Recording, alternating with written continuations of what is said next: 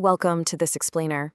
Today, we're breaking down a really pivotal series of actions taken by the Trump administration from August 7th through the 13th, 2026. If you've been following the news, you know it was a busy week, but it was really defined by one overriding theme: institutionalization. We're talking about temporary political stances being embedded into durable, long-lasting systems that are going to directly impact the daily lives, healthcare, and wallets of the working class. We're going to be tracking what we call the durability shift, and honestly, it is absolutely fascinating and a bit wild to observe how complex, high-level bureaucratic moves create very real, lasting hurdles for regular Americans. Whether we're looking at changes in foreign policy or domestic funding, these aren't just passing headlines. They're administrative changes that literally dictate what you pay at the pump and how easily you can access basic services. So here's our roadmap for today. We'll start with the open-ended Iran blockade, examine shifting healthcare burdens, look at retreating financial transparency, analyze a nationwide election injunction, and finally unpack outsourced cyber ops. Let's get right into it. Section 1. The open-ended Iran blockade and geopolitics at the pump. Okay, so this brilliantly illustrates the direct link between foreign policy and our domestic reality. On August 13th, Defense Secretary Pete Hegseth stated that the Navy could sustain its blockade of Iranian ports indefinitely.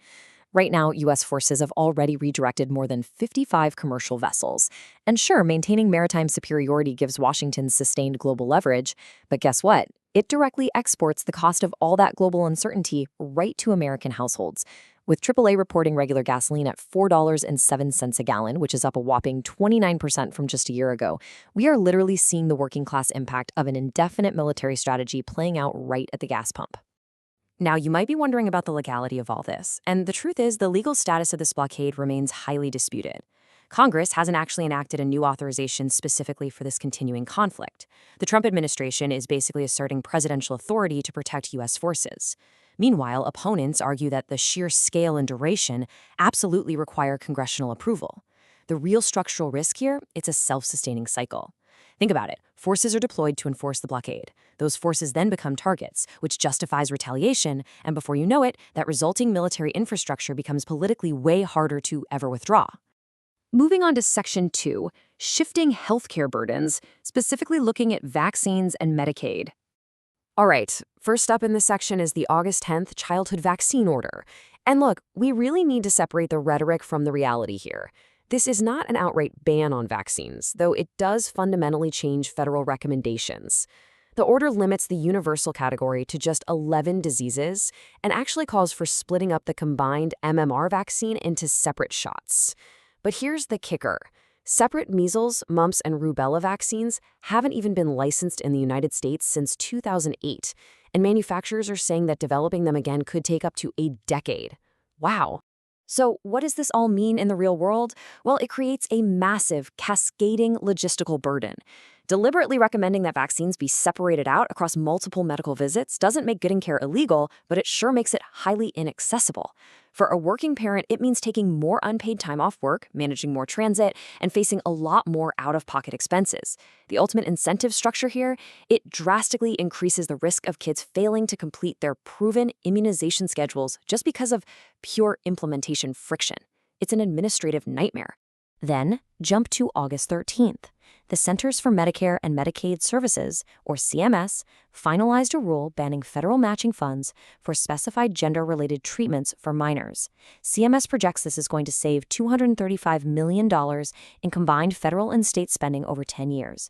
Now, in the grand scheme of the federal budget, that number is literally a drop in the bucket. Because it's such a small amount federally, the crucial takeaway is that this isn't a meaningful deficit measure. It's a distributional decision. Because Medicaid and CHIP are means-tested, this funding condition places the burden squarely on low-income families. It moves the system further away from the ideal of healthcare for all, while private insurance is left completely untouched. The results? This care simply becomes much more income and geography dependent, heavily impacting families who just don't have the wealth to seek private coverage or travel out of state. Okay, Section 3, retreating financial transparency and the FinCEN rollback. So this new rule permanently removes beneficial ownership reporting requirements for U.S. companies. If we look at a who benefits, who pays ledger, millions of legitimate small business owners absolutely benefit from the reduced administrative effort and paperwork. That's a plus. But the cost is heavily borne by investigators who are actively tracking money laundering, sanctions evasion, fraud, and organized crime. They're losing a centralized, low-cost source of visibility into anonymous shell companies. Now, what's genuinely wild about this is the permanence of the action. The immediate compliance burden had already been largely paused. The real story this week is that FinCEN announced it will actively delete previously submitted information from now exempt U.S. persons. Yep, they are purging the database. By doing this, the Trump administration guarantees that a future government cannot just magically recreate years of missing corporate ownership snapshots. It makes this administrative action incredibly difficult to ever reverse. Moving to Section 4, a nationwide election injunction, checking executive power. Recently, U.S. District Judge Indira Tawani expanded an earlier injunction to a full-blown nationwide block on the United States Postal Service.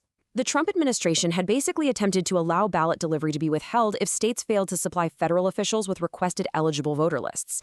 But Judge Tawani grounded this injunction in actual federal court findings, firmly stating that the executive branch lacked the authority to regulate elections in this manner, period. Right after the injunction, the Department of Justice immediately asked the Supreme Court to intervene. And the stakes of this pending Supreme Court review for regular Americans, they are incredibly high.